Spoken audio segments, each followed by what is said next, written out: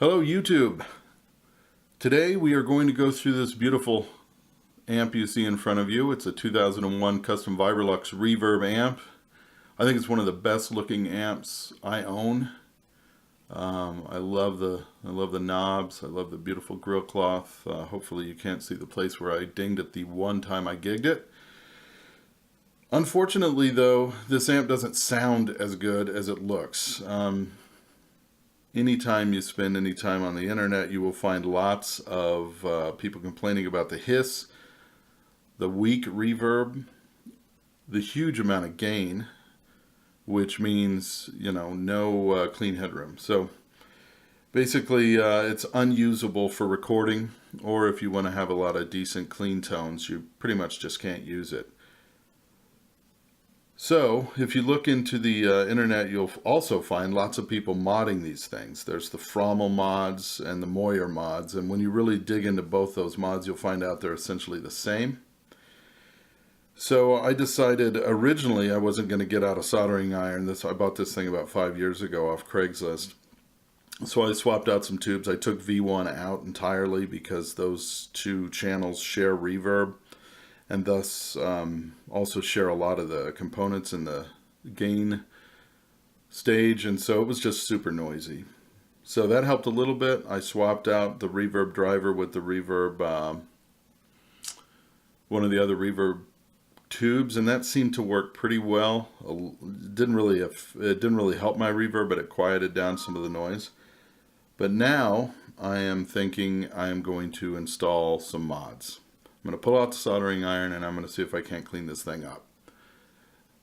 Now, I should acknowledge that Terry at D-Labs has already done this once, but he went caveman style. I mean, he got out the turret board and he populated a turret board, did all point-to-point wiring, and while I applaud him for that, I'm not going to do that. I'm just going to work with the printed circuit boards that are on there. I'm going to install these modifications. I've heard a lot of people on the internet, a lot of YouTube videos out there show what these mods do afterward. And Terry at D-Lab tried to do a little bit of before and after with an oscilloscope. As you can see, I got my scope out. I'm going to measure it using all the same measurements so that we can really get an idea. I tried putting a mic up to it, and the hiss is there and everybody can hear it, but it really doesn't mean anything unless you can measure it. So I'm going to pull out a sound meter, put it up against those speakers, figure out what it sounds like before, what it sounds like afterward. So as far as these mods, I went with the Fromel mods because honestly, I had to go with one, and I picked Fromel. So I do think that and the Moyer mods are essentially the same thing. There are two major modification regimens for this amp. There's reverb present on both channels. That makes this amp noisy because the two inputs share many of the same components like I talked about before. The way they remedy that is simply by bypassing the reverb in the normal channel. It's nice to have it in both channels, but it's really not worth it. They also add negative feedback by taking a lead from the speaker output and running it through a resistor and then back to the input of the power stage. That's pretty standard. Why they don't have it on this amp, I don't know. This should give you a lot more headroom. I should note that this amp is in its stock configuration right now, and it's louder than hell. It is ridiculously loud. Two 10-inch, what are they, C10 or P10Qs, I think. So a little bit of lack of output for cleaner headroom is not going to be a big trade-off. All the power caps get switched out, and the tone caps get replaced with these mods. The ground reference resistors in the B+ supply are swapped out for different values too. What else? They also suggest that while you're in there, you'd be smart to dress up all the wires on the transformer that feed the AC. So twist them, tuck them out of the way, cross them at 90 degrees, all that stuff. I will be doing that. As far as which of these is going to affect the noise the most, I'd really love to do each step and then measure it, but honestly that's just a ridiculous amount of work. So what I'm going to do is do some measurements before, do some measurements afterward, and we'll have to see exactly whether or not this is worth it, because man, I tell you, I love this amp. I want it to be clean. I want to be able to use it more. So if that sounds like something that you'd like to stick around for, stick around. We'll get some measurements and then we'll throw in the mods and then we'll measure it again. Okay, I apologize for the mobile camera work here, but you'll understand why here in a minute. So here's a close-up of the amp, and with no talking, we're at about 42 decibel in this room right now. And if I take the standby switch off, hold this up to the speaker,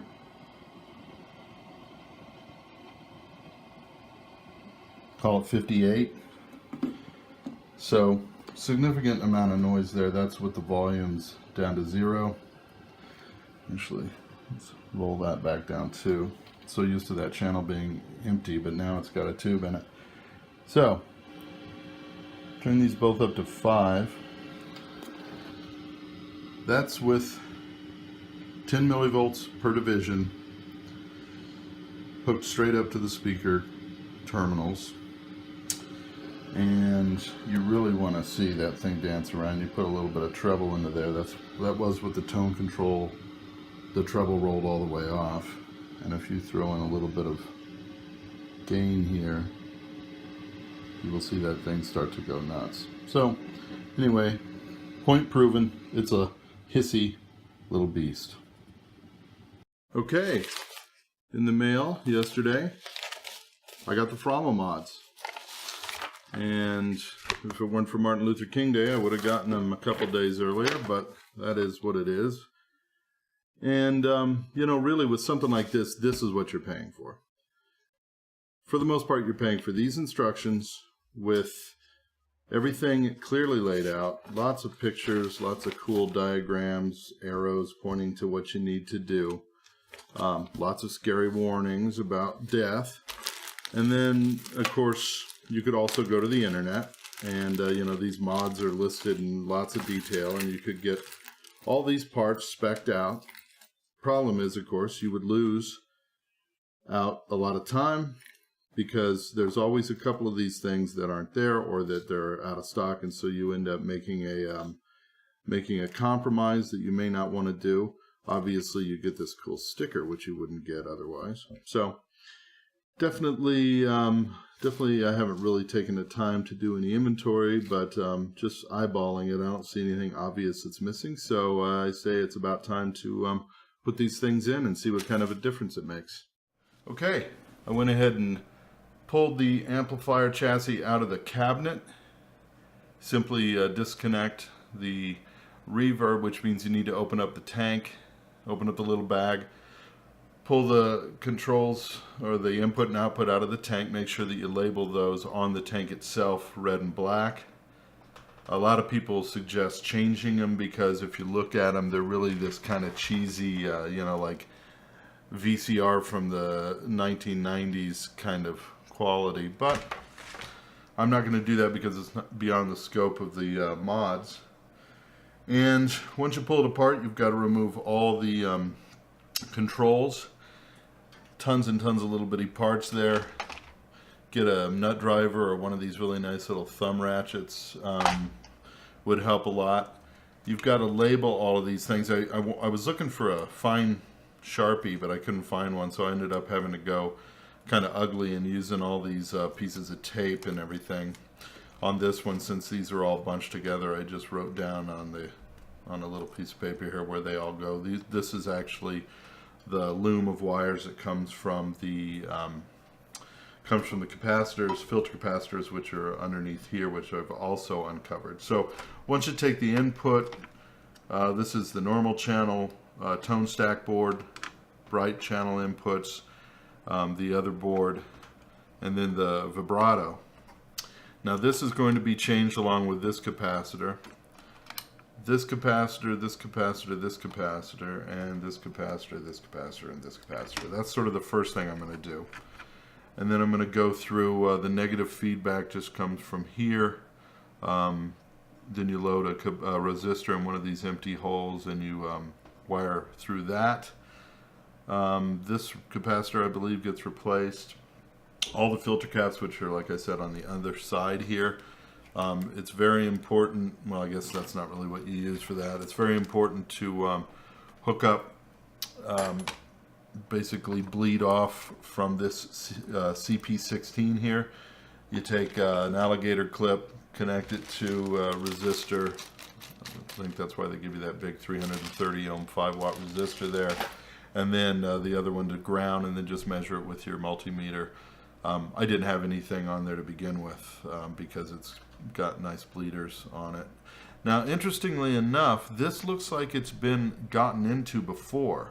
By the way, see this light here? I got this at Harbor Freight for like 25 bucks. It's rechargeable, it's super bright, and it's got a magnet on it which sticks right to things.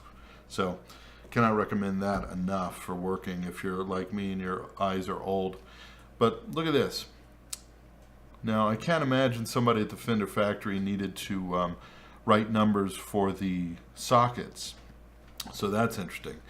This says SPSR 1402. Now, if this we think is about a 2000 or 2001, I mean a late 2000 or early 2001 amplifier, then right after it came out, I don't know what SPSR means. If somebody knows, they might clue me in. But also, look at these, yeah, where's my little pointer? Look at these little arrows. They're all over the place. There's one, at least it looks like an arrow.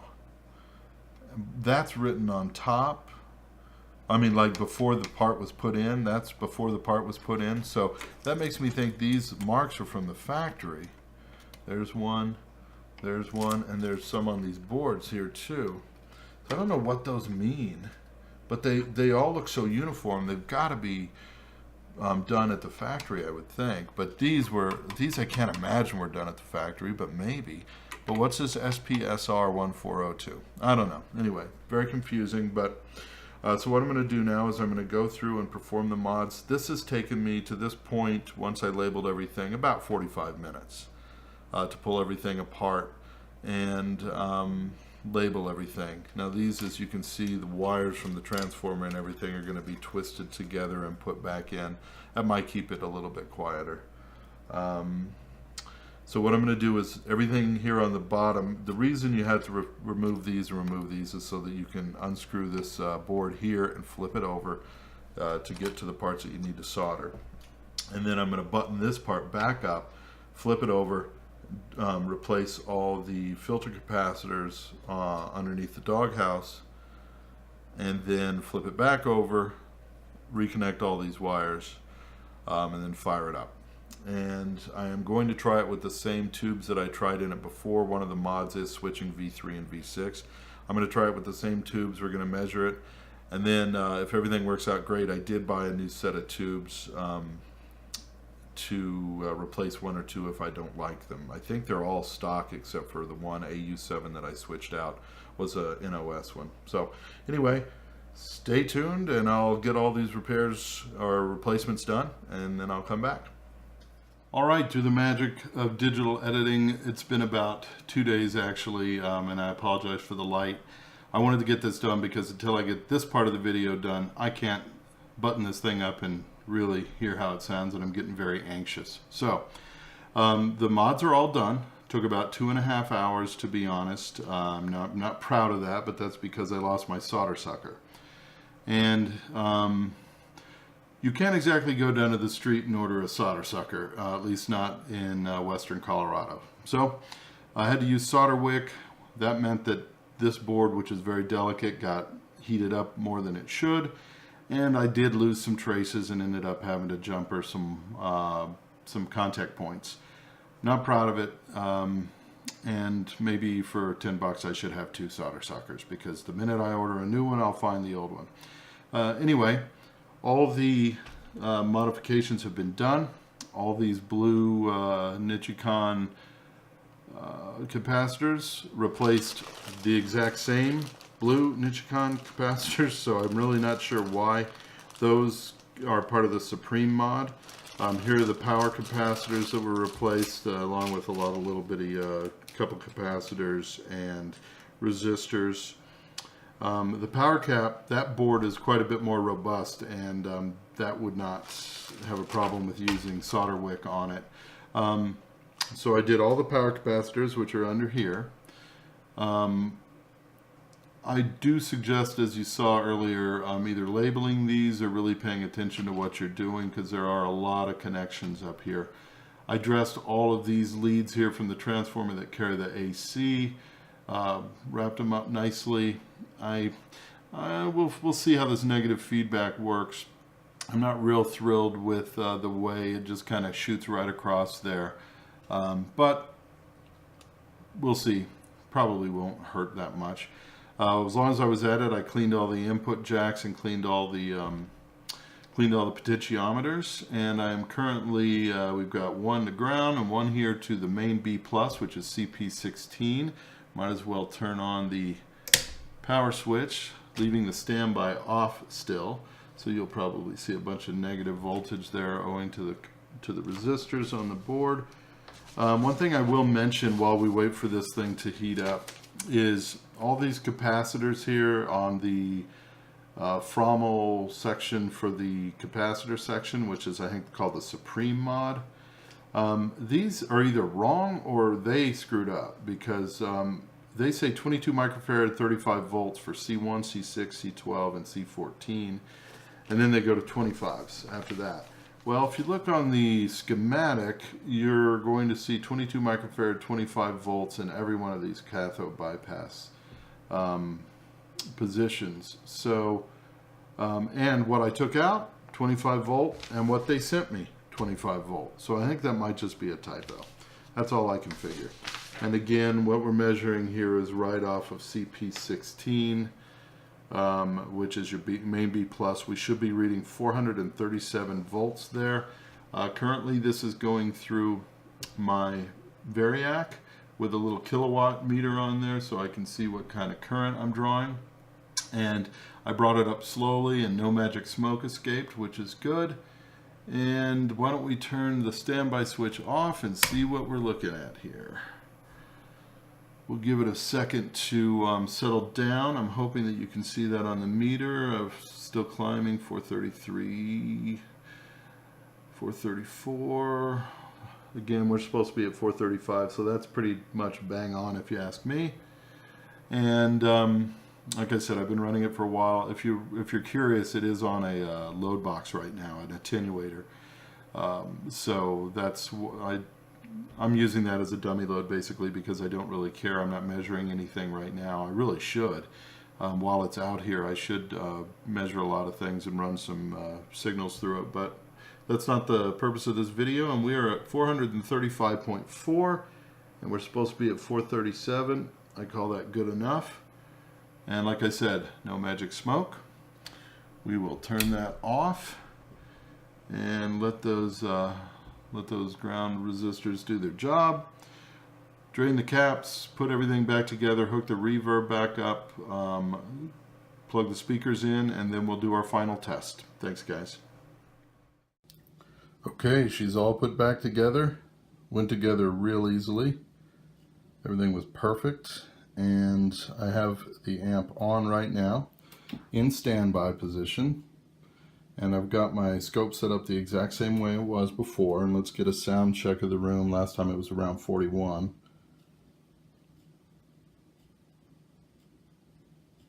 And I think it still is. So now we will turn on the standby switch.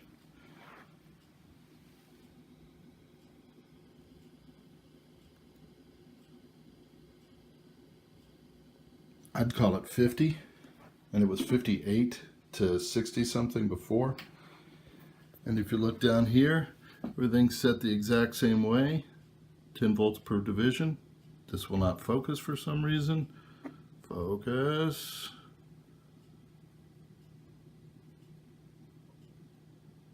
Well, I think you get the idea. Before we were seeing lots of noise. This is pretty much dead quiet.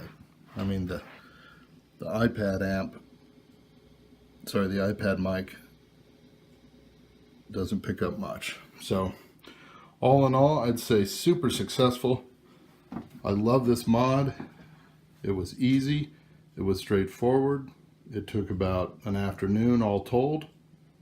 And Sorry about the shaky camera work. I've had nothing but coffee this morning. So all I can say, guys, is look for one of these amps, pick one up, throw in the mods. You will not be disappointed.